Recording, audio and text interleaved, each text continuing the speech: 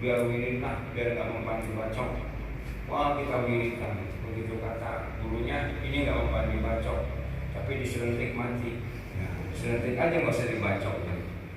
Itu nggak bisa jadi wiritan. Kalau jadi wiritan, peristiwa yang luar biasa jadi wiritan, maka itu namanya istidraj. Wah, nggak mempan dibacok nih, pakai apa dulu, hijib namanya.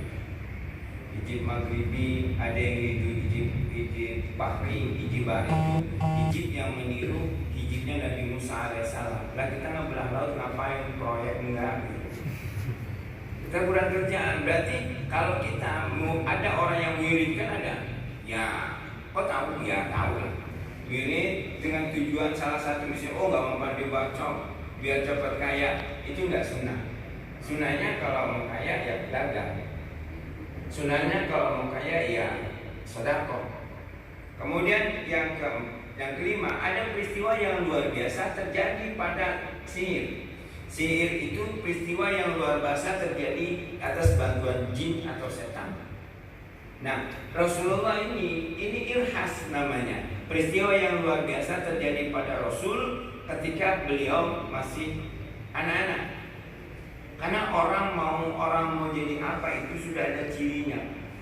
Contoh, oh dia ini jadi pemimpin suatu bangsa, itu ada cirinya. Contoh aja, SBY dari SD, SMP, SMA sampai akhir dia ranking 1 terus. Oh ini bakal. Atau Jenderal Sudirman dari kelas sanawiyah dia selalu jadi ketua kelas.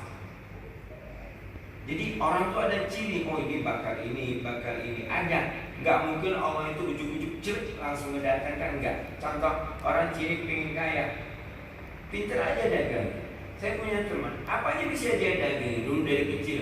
Di rumahnya jambu dia bawa keliling. Padahal zaman dulu kan jambu nggak laku, tapi dia nggak laku bawa jambu, kemudian bawa sambelnya itu laku. Ya alhamdulillah sih sekarang. Nih satu ayat yang dibarengi atiullah wa atiur rasul. Kalau kita taat kepada Allah maka harus taat kepada Rasul. Mana taat kepada Rasul menjalankan sunnahnya. Kita belum bisa melaksanakan sunnahnya, jangan menghina sunnahnya. Sunnah Rasul kan yang suka jadi bahan ejekan, nikah lebih dari 1. Atau Ustaz, antum siap nggak nikah 2 melaksanakan sunnah Rasul? Berani nggak? Berani Pak, cuma istri saya lebih berani. Dia juara taekwondo, Asia Tenggara. Saya nikah bisa patah tulang. Istri lebih berani. Gimana? Kalau kita nggak mampu, rasanya nggak apa-apa. Saya juga, nikah 2 kali nggak berani. Bukan nggak berani apanya, nggak sanggup. Isi 1 aja kepala sudah botak gitu. Apalagi isi 2 mana lagi harus kita botak gitu. Artinya memang kekuatan kita beda. Oh Rasulullah kok isinya 9. Rasulullah itu dalam satu riwayat kekuatan fisik Rasulullah itu 40 dibanding laki-laki biasa. Rasulullah itu ketika di atas umur 50 tahun, 40 tahun itu mengalami pertempuran hampir 59 kali tempur fisik. Udah 50 tahun. Kita udah 50 tahun boro-boro tempur fisik. Jalan sini ke masjid aja udah enak gitu. Artinya apa? Memang fisik Rasul disiapkan. Nggak bisa, nggak sama gitu. Ya, Rasul makan itu sangat jarang, 3 hari kenyang itu sangat jarang. Kita 3 hari sama daging ayam sangat jarang. Makan sama tempe, di atasnya rendang. Akhirnya kolesterol semua gitu. Kita begitu. Jadi, secara fisik jauh gitu. Kasih sayang Rasul bicara sama sahabat itu luar biasa. Dan sahabat itu, semua sahabat yang ada di sekitar Rasul, yang hebatnya apa? Mereka merasa bahwa sayalah orang yang paling dekat sama Rasul. Jadi begitu. Rasulullah nggak pilih kasih, cuma ngomongnya pas. Maka pernah sekali waktu Rasulullah sedang kumpul dengan sahabat di pojok, kemudian datang orang Badui di pas masjid Madinah, kencing. Umar itu sudah berdiri. Cuman kata Rasulullah, jangan. Begitu selesai kencing ngomong dia, siapa yang namanya Muhammad? Saya. Saksikan. Asyhadu an la ilaha illallah wa asyhadu anna Muhammadar Rasulullah. Coba kalau menuruti nafsu Umar, kalau lagi kencing ditamplong, insya Allah pingsan. Karena Umar itu kekuatan berkelahinya bisa berkelahi pagi sampai sore, dan lawannya itu 5 orang. Kita lawan satu aja mikir, ya sepeda saya diambil sama dia, ambil. Nanti bapaknya ngebela, nanti ayah yang kesana. Tapi bapaknya juara karate Asia Tenggara. Nah kalau begitu sabar lah ya. Kata. Nih, Umar itu luar biasa. Ambil sama Umar di kampung, tapi sama Rasul jangan-jangan. Ternyata apa hikmahnya? Satu, kalau seandainya orang yang pipis itu dipukul di masjid dipukul, maka satu pipisnya kemana-mana. Yang kedua, bisa jadi dia nggak masuk syahadat, nggak masuk syahadat. Setelah itu Rasulullah mengatakan setelah dia sadar meminta kepada sahabat ambil air dan siram. Maka begitu. Jadi kita juga sama tetangga. Mungkin ada tetangga kita yang baru belajar sholat, baru belajar mau masjid, isinya baru hijrah baru lah. Kalau dulu tobat, sekarang bahasanya hijrah. Padahal sama aja. Dan baru belajar hijrah, jangan dulu ditegur. Ini mau baru datang, bang, udah mau kiamat, baru mau sholat. Dia mah itu maghrib, tapi Isya nggak nongol lagi kan. Dia udah mati kampret, mau tobat. Ini nggak usah, biarin aja. Kalau ada tetangga kita lagi, nggak usah ditegur, biarin. Kalau perlu di ini mau ditegur, kayaknya salahnya masih baru umurnya, sunat baru yang. Nggak usah. Orang kita itu kalau lagi mau pengen tobat, disenggol aja, mudah tersinggung. Nggak usah dibiarin aja, ditegur aja. Sholat Isya 12 rakaat biarin aja. Gitu.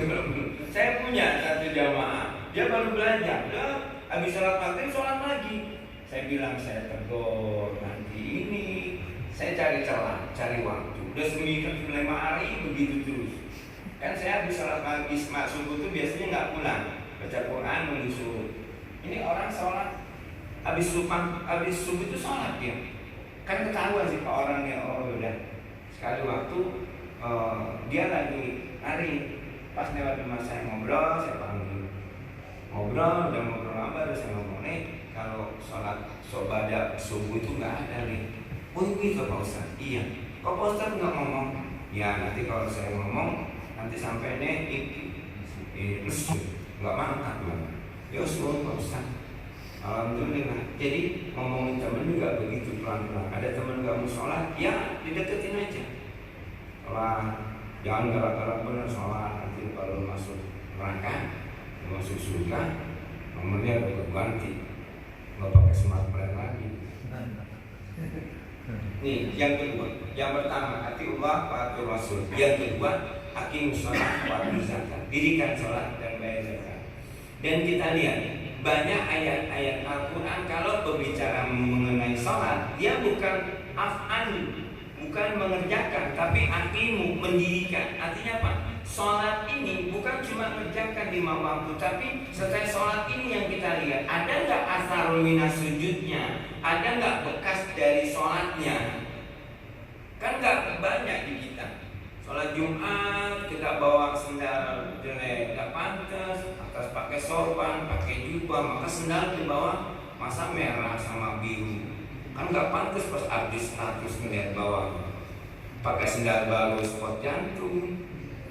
Kenapa? Orang ngamalin hadis, ambillah yang baik, tinggalkan yang buruk. Bawa sendal buruk, pulang bawa sendal baik punya orang. Akhirnya kita spot jantung.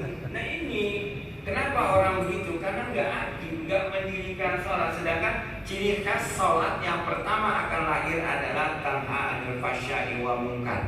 Dia membuat karakter, mencegah dari perbuatan munkar. Jadi gini, kalau sholat kita belum bisa mencegah munkar, berarti ada yang salah sama sholat kita.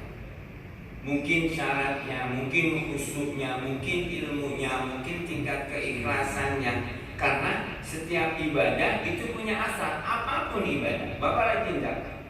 Maka